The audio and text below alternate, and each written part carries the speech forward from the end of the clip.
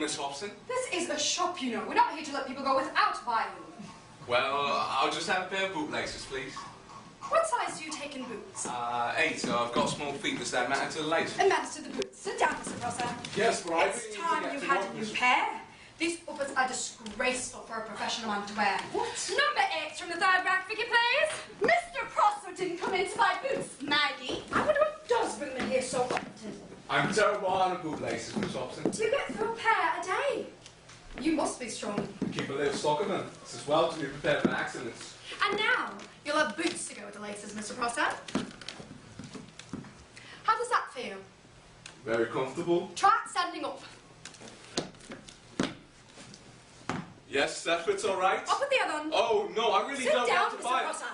You can't go to the streets in odd boots. What's the price of these? £1. £1, I say! Boots? And you don't need to buy a pair of laces today because we give them in as a discount. Braid laces, that is. Of course, if you want leather ones, you being so strong an arm and breaking so many pair. You can have them. It's only 2p small. These will do. Very well.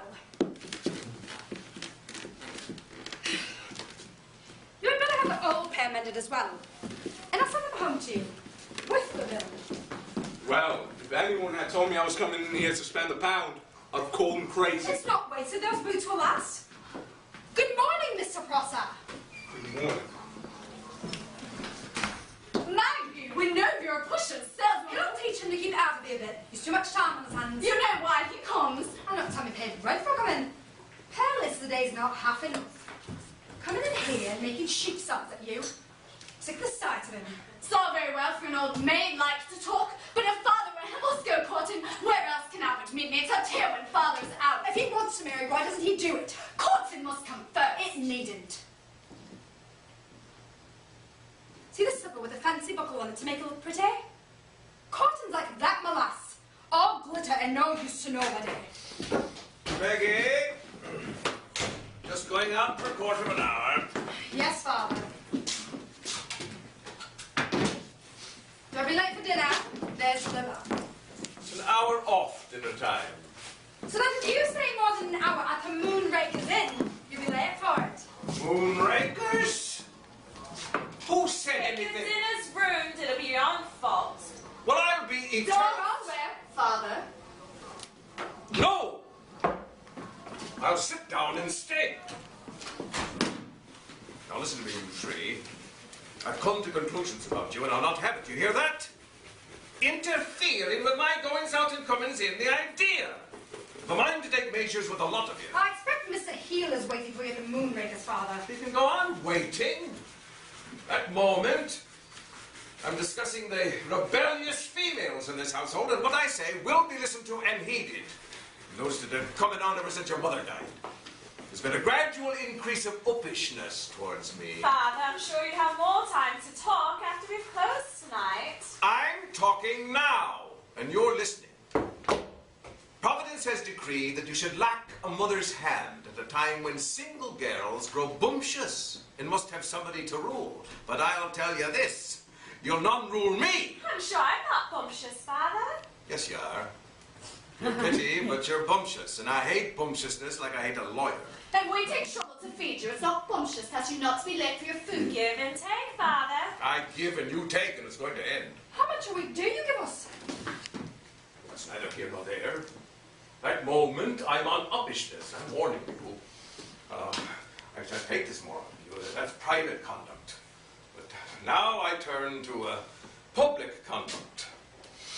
I've looked upon my family as I go about the streets, and I've been disgusted. The fair name and fame of HOBSON'S been outraged by members of HOBSON'S family, and uppishness has done it. I don't know what you're talking about. Vicky, you're pretty, but you can lie like a gas meter. Who had new dresses on last week? I suppose you mean Vicky and me. I do. We should dress as we like, Father, and you can save your breath. I'm not staying in for my business appointment in order to save my breath. You like to see me in nice clothes. I do. I like to see my daughters nice. That's why I pay Tootsbury the draper £10 a year ahead to dress you proper. Pleases the eye and it's good for trade, but I'll tell you this. If some women could see themselves the way men do, they'd have a shock. And I'll have words with Tootsbury and all for letting you dress up like guys. I saw you and Vicky through Moonraker's parlour on Thursday night, and my friend Sam Mills. Oh, publican. I'm a publican. As honest a man as God Almighty ever sat behind a bar, my ladies. My friend Sam Mills asked me who you were. And well, he might. You were going down Chapel Street with a hump added to nature behind you. The hump was wagging.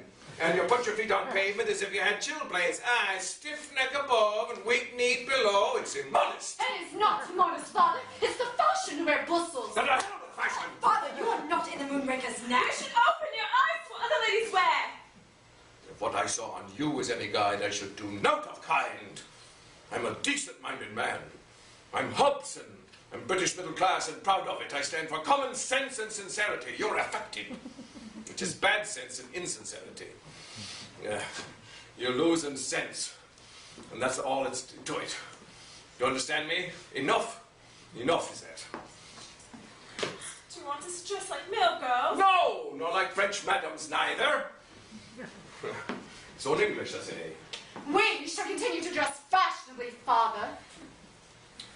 Then I have a choice for you. You, Vicky, I'm talking to, and Alice. You can curb this uppishness that's growing on you, or you can just get out of this and exercise your gifts on someone else than me.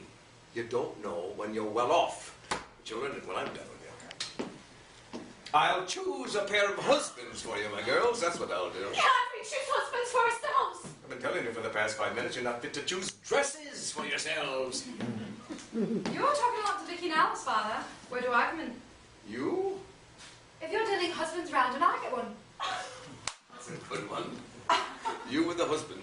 Why not? Why not? I thought you had sense enough to know. But if you want the brutal truth, you're past the marrying age.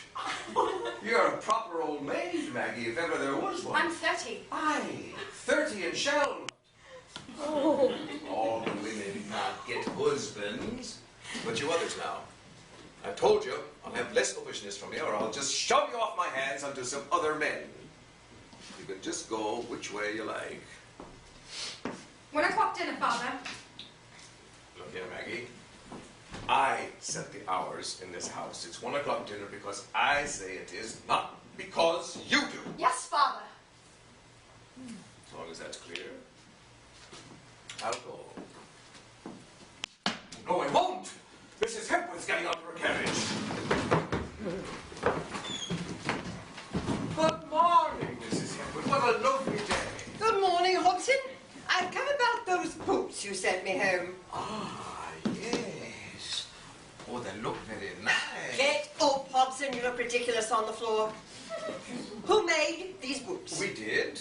Our own make. Can you answer a plain question?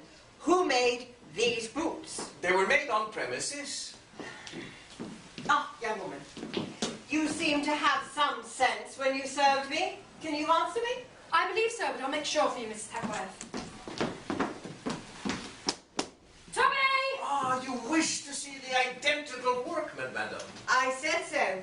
Well, I'm responsible for all work turned out here. Never said you aren't. Yes, Miss Maggie. Oh. Man, did you make these boots? No, ma'am. Then who did? Am I to question every soul in the shop before I find out? There's Willy's making those. Then tell Willie I want him. Certainly, ma'am. Willy! Who's Willie? The name of Mossop, ma'am. And I assure you, if there's anything wrong, I'm willing to make the man suffer for it. Are you Mossop? Yes, Mum. You made these boots.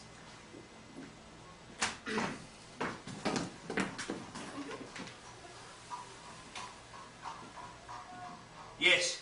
I made them last week. Take that. I'll see what's on it. Writing. Read it. I'm trying. Listen, man, can't you read? I do a bit. Only it's such funny print. It's the usual italics of a visiting card, my man. Now listen to me. I heard about this shop, and what I heard brought me here for these boots. I'm particular about what I put on my feet. I assure you, madam, it shall not occur again. What's wrong? I don't know.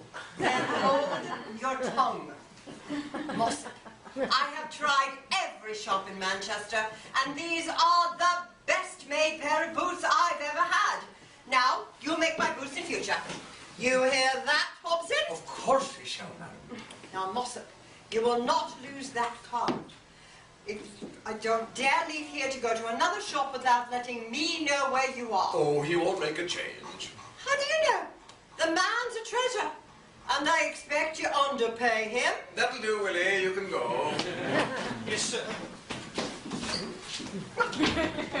He's like a rabbit. Can I take your order for another pair of boots, Mrs. Hepworth? Not yet, young woman. But I shall send my daughters here, and mind you, that man's to make the boots. Certainly, Mrs. Hepworth. Good morning. Good morning. Good morning, Mrs. Hepworth. We're very glad to have the honor of serving you, madam. Wish some people would mind their own business. What's you mean praising a workman to his face for? I suppose he deserved it. Deserved to be blowed, making them uppish. I'll show her. Think she owns the world because she lives in Hope Hall? Well, that's a bit of a startler. Good morning, Jim. You're doing a good class train at the carriage folk come to your office, eh? What? Wasn't that Mrs. Hepworth? Oh, Mrs. Hepworth's an old and valued customer of mine. It's funny. You knew at Hope Hall and you never mentioned it. Oh, I've made boots for her and her circle for how long, Maggie? I don't know. You kept it dark. Well, won't you come around yonder? That is no. Oh, you will? No. Get along, you girls. I'll look after shop. I want to talk to Mr. Healer. Well, can't you talk in the Moonrakers? Aye. With Sam Minns and Denton and Tewksbury there. Oh, it's private then. What's the trouble, eh? They're the trouble. Your daughters worry you, Jim? Nah, they mostly do as I bid them. But the missus does 11 if I know them. A wife's a handy thing, and you don't know it proper till she's taken from you. I felt grateful for the quiet when my Mary fell on rest, but I see my mistake now. Yeah, I felt hard put to it whenever she wanted something to fend her off. But the dominion of one woman is paradise compared to the dominion of three. Sounds a sad case, Henry. I'm a talkative man by nature, Jim, you know. You're an orator, Henry. I doubt John Bright himself is better given the game than you. That's putting it too strong. A good case needs no flattery. Well, you're the best debater Moonraker's calling. That's no more the truth.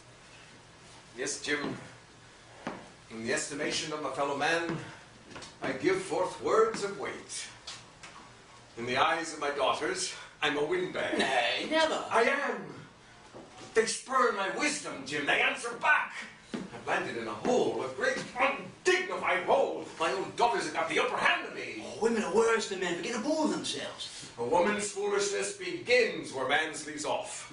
I want a firm hand, Henry. I've lifted up my voice and roared at them. Oh, beware of roaring at women, Henry. Roaring is mainly hollow sound. It's like trying to defeat an army with banging drums instead of cold steel. And the steel in a man's character subdues the women. I've tried always, and I'm very withered. I don't know what to do. Quit roaring at him, get him wed. Thought of that. Trouble is to find the men. Oh, men's common enough.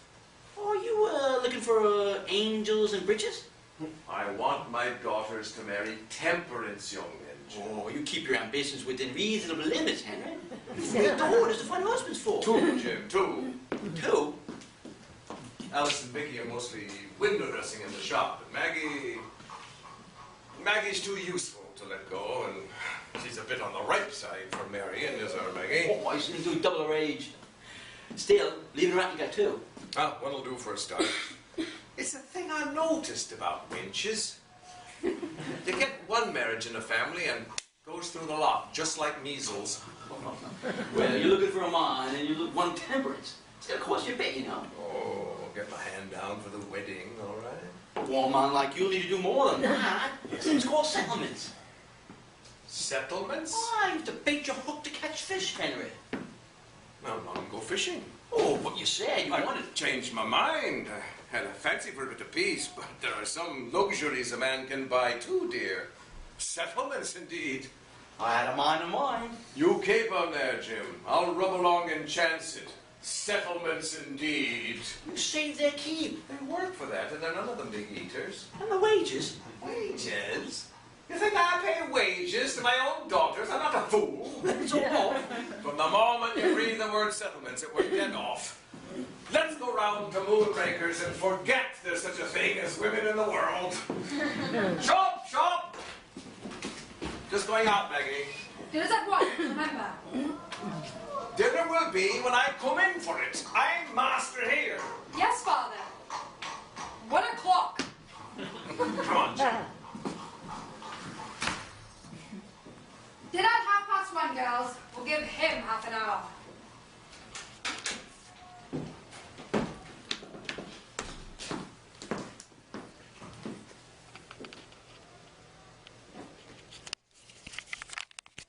Boots. It's a pity you're a natural fool at all else. Not much good in upper leather, and that's a fact. When are you going to leave Hobson's? Leave Hobson's? I thought I gave satisfaction. Don't you want to leave? Not me. I've been in Hobson's all my life, and I'm not for leaving till I'm made. I said you were a fool. Then I'm a loyal fool. Don't you want to get on, Will Mossop? You heard what Mrs. Hepworth said?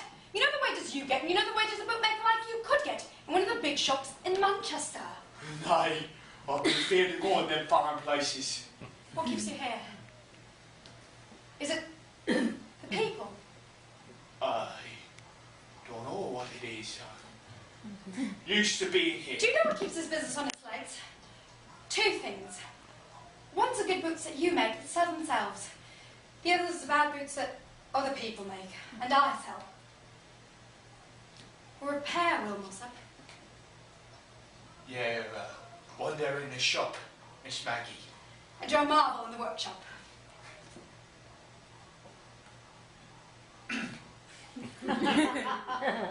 Well, Well, what? it seems to me to point one way. What way is that? You're leaving me to do the work, my lad. I'll be getting to my son. You'll go when I'm done with you. I've watched you for a long time now, and everything I've seen I've liked. I think you'll do for me. In what way, Miss Maggie? Will Mossop, you're my man. 6 months I've counted on you, and it's got to come out sometime. But I never said... I know you'd never know me left to me to do the job like this. I'll sit down. I'm feeling queer like. What does want me for? To invest in. You're a business idea in the shape of a man. Oh, I've got no head for business at all. But I have. My brain in your hands will make a working partnership. Partnership? Oh, that's a different thing. I thought you were asking me to wed you. I am. By gum. And you, the master's daughter. Maybe that's why Will Mossop. Maybe I've had enough of father, and you're different from him as any man I know. Oh, it's a bit awkward, like. Oh. And you don't help me any, lad. What's awkward about it? You talking to me like this? I'll tell you something, Will. It's a portrait of a woman who'll stay later when she sees the best chance slipping from her. Myself, it's life. It's too near the bone to lose things for the fear of speaking out. I'm your best chance. You are that, Will. Well, by God, I never thought of this. But now. I am doing. Only the blow's a bit too sudden to think very clear. I've a great respect for you, Miss Maggie. You're a shapely body and you're a masterpiece at selling this shop, but when it comes to marrying, I'm bound to tell you that I'm not in love with you. Wait till you ask. What's your hand in mine? Your word for that you'll go through life with me for as best as we can get out of it. We not get much without there's love between us, lass. I love all right. Well, I've not. And that's honest. We'll get along without. Yeah, desperate set on this. He's supposed to be always. What's your father say? He'll say a lot and he can say it. It'll make no difference to me. Much better not us, eh? It's not worthwhile. I'm judge of that. You're going to wet me, Will. Oh. Nay, I'm not. Really, I can't do that, Maggie. I can see that I'm disturbing your arrangements, like, but I'll be obliged if you put this notion from me. When I make arrangements, my lad, they're not made for upsetting. What makes it so desperate awkward is that I'm talking. You're what? I'm talking to Ada Figgins. Then you'll get loose and quick. Who's Ada Figgins? Do I know her? I'm a lodger and a mother's. The scheming hussy. It's not that sandy girl who brings you dinner. She's golden-haired as Ada Eye. She'll be here soon. And so shall I. I'll have a talk with Ada. I've seen her and I know the breed. Ada's a helpless soul. She needs protecting. That's how she got you, was it? Yes. I can see her clean round your neck until you fancied you were strong. But I'll tell you this, my lad. It's a desperate, poor kind of woman who'll look for protection to the likes of you. Ada does. And that gives me way to her. She's brought to meekness, Ada is. You wed her, and you'll be an 18-shilling-a-week bootmaker for the rest of your life. You'll be a slave. And a contented slave. I'm not ambitious that I know of. No. But you're going to be, I'll see to that. I've got my work cut out for me. If there's makings of a man about you. I wish she'd leave me alone. So does the fly when the spider catches him. You're my man, Willie Mossop. I saw you say Ada would tell another story, though. Hey! Hey! Oh, there's your dinner, Will. Thank you. I want to work with you. You're treading on my foot, young woman. What, Miss Hobson? What's this with you and M? Oh, well, Miss Hobson, it is good of you to take notice like that. Ada, she You was. hold your hush. There's for me and her to settle. Take a fair look at him, Ada. I will. Not much for two women to fall out over, is there? Oh, maybe he's not so much to look at, but you should hear him play. When? Are you a musician, Will? I play the Jew's harp. That's what you see in him, is it? A gawky fellow that plays a Jew's harp. Oh, see the lad I love, Miss Hobson. It's a funny thing, but I can say the same. You? That's what I've been trying to tell you, Ada. And by God, she's going to have me from you if you don't be careful. So we're quit so far, Ada? You'll pardon me? You spoke too late when Emmy's temper. That's the past. It's the future I'm looking to. What's your idea for that? You mind your own business, Miss Hobson. Will Mossop's no concern at all. That's what I try to tell her myself, only she'll have it. It's no use. Not an atom. I've asked for your idea of Willie's future. If it's a likely one than mine, I'll give you best. And you can have the lad. I'm trusting him to make the future right. It's as bad as I thought it was. Willie, you wed me. Well, it's daylight robbery. Aren't you going to put up a better fight for me than that, Ada? You're fair giving me to her. Will Mossop, you take your orders from me in the shop, and I've told you. You'll wed me. Seems like there's no escape. Yeah, you wait while I get you to help me, lad. I'll set me mother onto ya. Oh, so it's a mother's made this match. She had a more of a bit to do with it. I've got no mother, Will. You need none, neither. So, Can I sell you a pair of clogs, Miss Figgins? No, nor anything else. Then you've no business here, have you? Well, were you going to see me ordered out? This hair shop ain't done.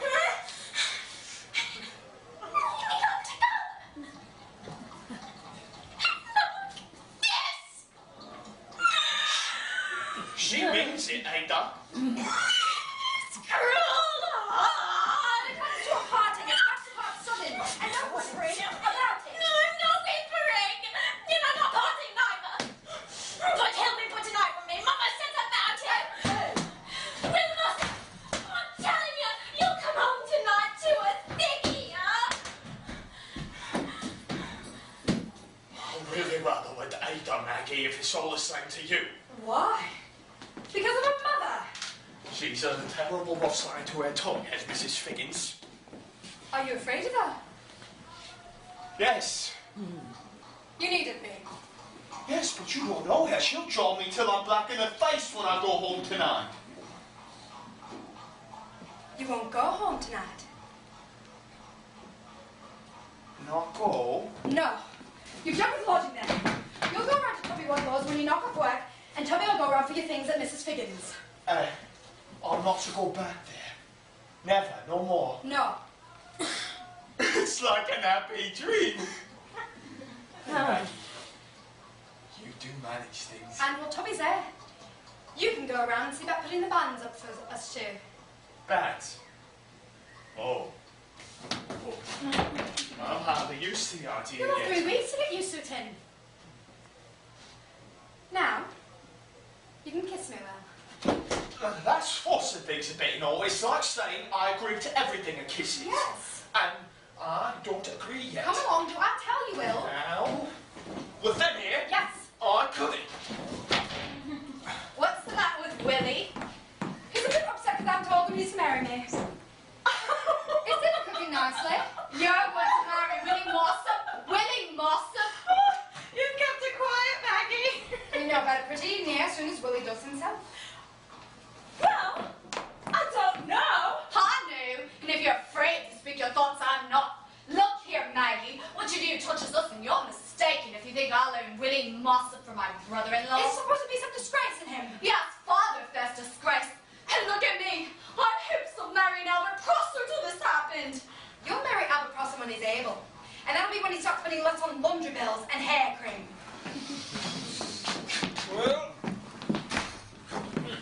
what about that dinner? So be ready in 10 minutes. You said 1 o'clock. Yes, Father, 1 for half past. If you just wash your hands, it'll be ready when you are. I won't wash my hands. Don't put up with the fitting ways. Well, you know it. Father, have you heard the news about our Maggie? News? Oh, there is no news. Same old story. Uppishness. So, you keep a starving man from the meteors by the sweat of his brow. I'll put you in your place. Don't lose your temper, Father. You'll maybe need it soon when Vicky speaks. What's Vicky been doing? Nothing. It's not Will Mossop, Father. Will? Yes, what's your opinion of Will? A decent lad. I'm not against him an oath. Would you like him in the family? Whose family? Yours. I'm going to marry Willie, Father. That's what all the fuss is about. Mary? You Mossop? You can't be passing marrying age. I'm not, that's all. Didn't you hear me say I'd do the choosing when it came to a question of You husbands? said I was too old to get a husband. You are. You all are. Father! And if you're not, it makes no matter. I'll have no husbands here. But you said... I changed my mind. I've learned something since then. It's a lot too much expected of a father nowadays. There'll be no weddings here. Oh, Father! Don't get my fingers up in puppets. Come on now. I'm not in the right temper to be crossed. You and I have to be straight with one another, Father. I'm not a fool, and you're not a fool. And things may as well be put in their places as left untidy. I tell you, my mind's made up. You can't have Willie Mossop. Alas, his father's a workhouse brat, a come by It's chance. news to me there were snobs in Salford. I have Willie Mossop. I've decided my life's course, and a good course too, so think on. I'd be the laughing stock if I allowed it. I won't have it, Maggie. It's hardly decent in a woman of your time of life. I'm 30, and I'm marrying Willie Mossop. And now, I'll tell you my terms. You're in a nice position to state terms, my lass. You'll pay my man Will Mossop the same wages as before. And as for me, I've given you the better part of 20 years of work without wages. I'll work 8 hours a day in future, and you'll pay me 15 shillings by the week. You think I'm made of brass? You'll soon be made of less than you are now if you let Willie go. And if Willie goes, I go. That's what you've got to face. Why, face it, Maggie. Shop hens are cheap. Cheap ones are cheap. The sort that you have to watch all day. And you feel happy helping them to tie up parcels and sell laces with Tudsbury and Hella and Minns sipping their ale without you. I'm a value to you. So's my man. And you can both sit at the Moonrakers that your daughter Maggie's made the straightest, finest matches women's favours to TA. And you can put your hand in your pocket and do without pause.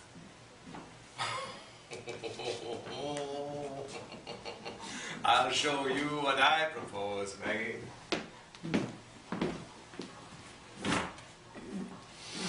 Will Mossop! Father? I cannot leather you, my lass. You're female and exempt. But I can leather him. Come up, Will Mossop! You've taken up with my Maggie, I hear. No, I have not. She's done the taking up. Well, either way, Willie, you've fallen on misfortune. Love has led you astray, and I feel bound to put you right. Maggie, what's this? I'm watching you, my lad. Mind, Willie, I bear you no malice. You can keep your old job, but we must beat the love out of your body. Every morning you come to work with love still sitting in you, you'll get a leathering. You're not beating loving me. You're making a great mistake, Mr. Put aside this feelings towards my Maggie if you have a liking for a sound skin. You'll waste a brave lot of brass and chemists if I met you with this for a week. I'm not wanting that, Maggie. It's her that's after me, but I'll tell you this, Mr. Hobson. If you touch me with that belt, I'll take her up quick. Aye, and stick to her like glue. There's no one answer to that, my lad. And I've no one answer back. Maggie, I've not kissed you yet. I shot before, but by gum, I'll kiss you now. And take you, and hold you, and if Mr. Hobson raises up that shop again, I'll do more. I'll walk straight out of the shop with it, and us two sell for ourselves. Willie, I knew you had it in you, lad.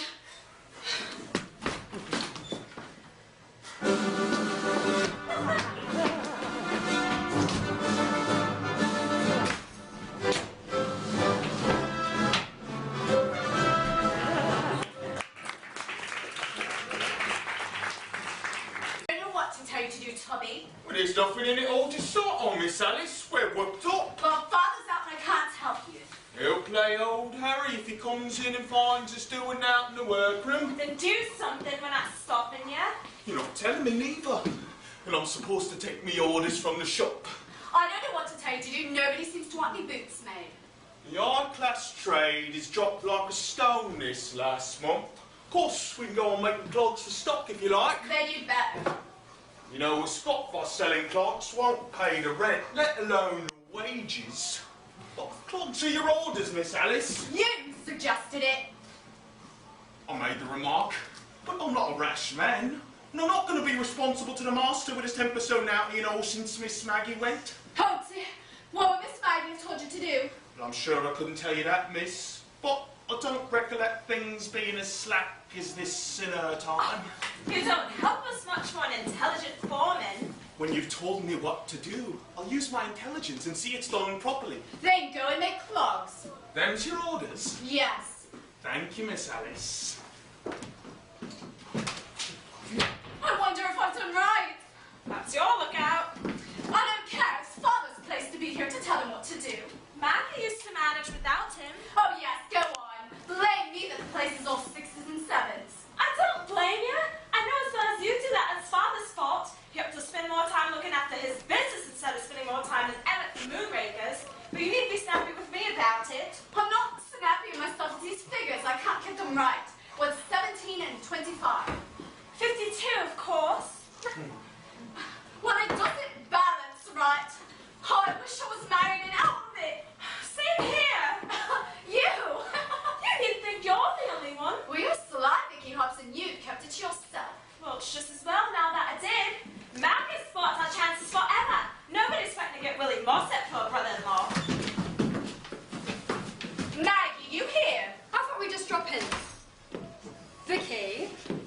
Mr. Beanstalk telling me about you and him?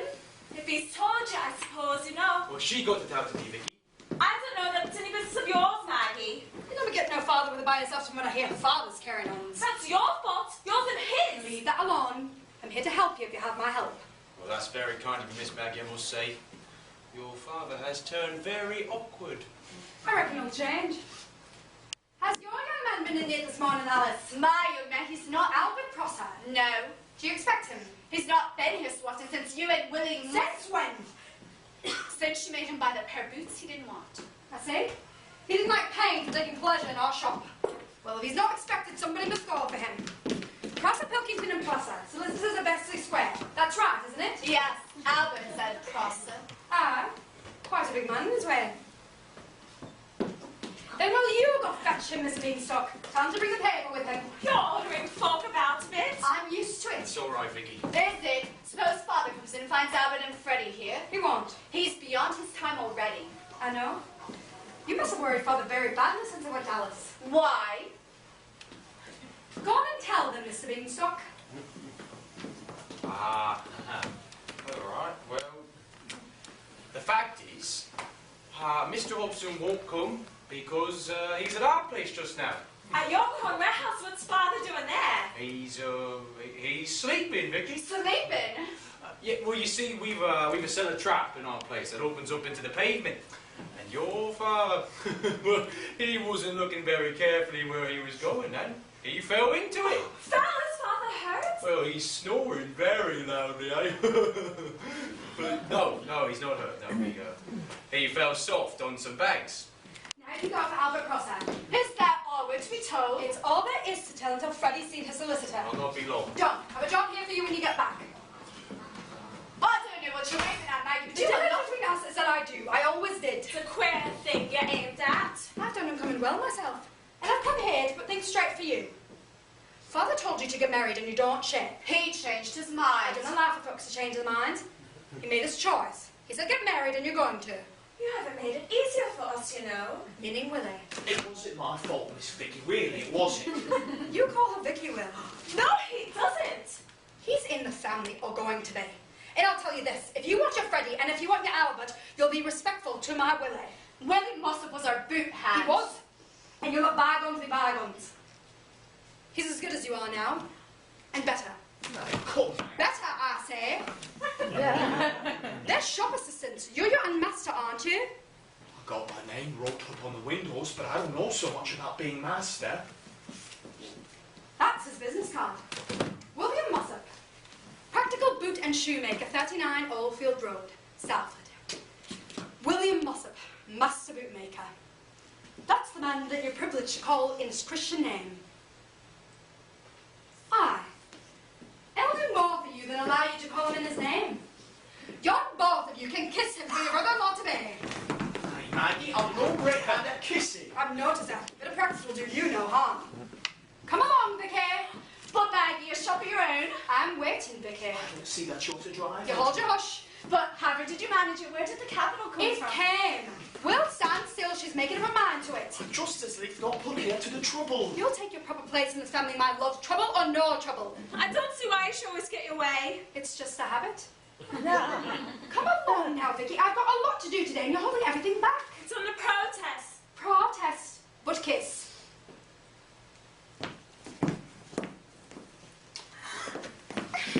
Your turn now, Alice.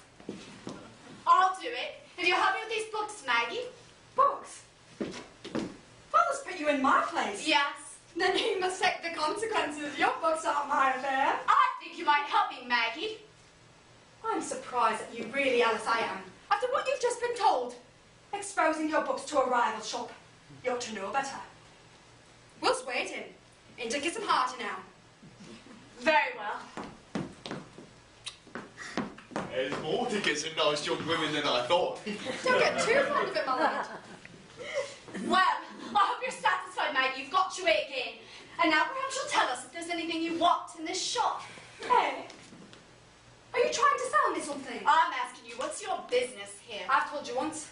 We'll only taken the day off to put you in the way of getting wed. It looks like things are slow in his shop if you can walk around in your best clothes on a working day. It's not working day with us. Wed day. You've been married this morning? Not us. We'll have my sisters there when I wed. It's at 1 o'clock at St. Philip's. But we can't leave the shop to come. Why not? Is trade so brisk? No, but Father... Not much high-class trade doing with you, eh? I don't see how you knew. I'm good at guessing. You'll not miss out by coming with us to the church, and we'll expect you tonight for a wedding spread. It's asking us to approve. You have approved. You've kissed the bridegroom. And now you'll go along with us to the church, or the safer is. And the shop? Tommy can see to the shop. And that reminds me, you can send me something. There's some rings in that drawer there, Vicky. Brass ring? Yes, I want one. That's a size. Dad, but you're not taking Yes, us I am. Will it be up? Throwing money around, but we can pay our own way. There's 4 pence for the ring. Gather it up, Vicky. Wedded with a brass ring? This one will do. It's a nice fit. Alice, you haven't entered that sale into your book. No wonder you're worried with their accounts. That's the way you see to them. I'm a bit too much astonished that you to think about accounts. A ring out of stock. Always out of someone's stock. I think shame to myself to be married with a ring like that. When people can't afford the best, they've got to do without. I'll take good care I never go without. Somewhere detached for you, I suppose. And a house full of new furniture. Haven't you furnished? Partly wood. We've made a start at the flat iron market. I'd stay single, soon have other people's cast-off sticks in my house. Where's your pride going to, Maggie? I'm not getting wed myself to help the furnishing trade along. I suppose you turn your nose up too at second-hand stuff, Vicky. I'd sort properly, or not at all. Then neither of you will have any objections to my clearing out the lumber room. We've got a hand cart round with us. You made sure things. Yes. Go upstairs, Will. Wait a bit. Go on. Let me tell you, if you claim the furniture from your old bedroom, that it's my room now, and you'll not put your stick on it. I expected you to promote yourself, Alice, but I said lumber room. There's 2, 3 broken chairs, and the sofa with the springs all gone. They're not telling me they're of any use to you. Not to you neither. Well, it's handy with his fingers. I'll put him mending them this afternoon, and they'll be secure against you. Come to sit on supper time tonight. And that's the way you're going to live with cast-off furniture? Ah, in 2 cellars in Oldfield Road. A cellar? 2 of them, Alice. One's a living working, and the other one's a sleeping. Would not suit me. Nor me. Well, it suits me just fine. I mean, Will and me are richer than a lot of you put together. It'll be a grand satisfaction to look back and see what we began. Just a minute, Will. These chairs are not so bad. You can sit on one tonight and see. You know, minted up, these chairs would do very well for my kitchen when I'm wed. Yeah, still for mine. I reckon my parlour comes in front of your kitchen, though. Parlour? I thought you said you'd only one living room. Then it might as well be called a parlour by any other name. Put the chairs on a hand cart, Will.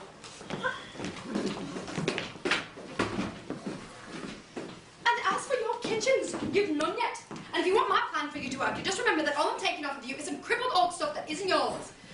And what I'm getting for you is marriage portion. Don't get your hats on, you'll be late for church. But I'll be so fast. You'll know all right, be quick with your things. Good morning, Albert Prosser. Have you got what Freddie asked you for? Yes, but I'm afraid we're Never able mind to. being afraid. Freddie, I told you I have a job here for you. Go upstairs with Will, there's a sofa to come down. Get your coat off to it. Now then, Albert. But Miss Maggie, you don't really expect that. I've told you what to do, and you can't do it with your coat on. If that sofa isn't here in 2 minutes, I'll leave the lot of you to tackle this by yourself, and a nice house you'll make of it.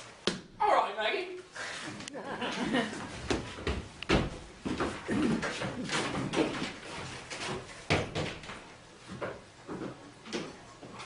Do you call this English? Legal English, Miss Hobson.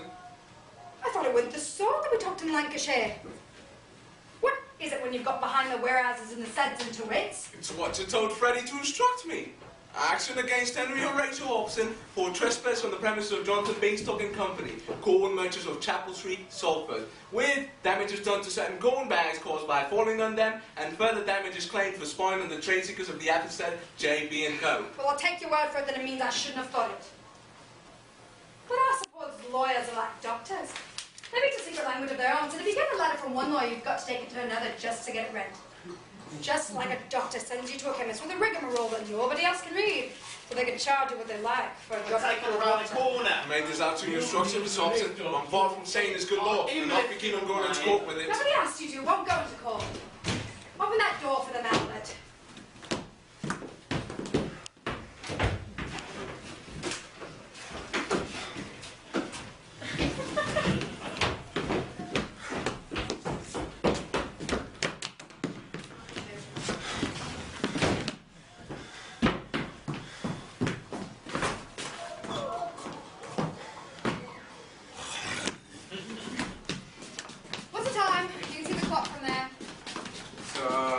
Quarter to 1.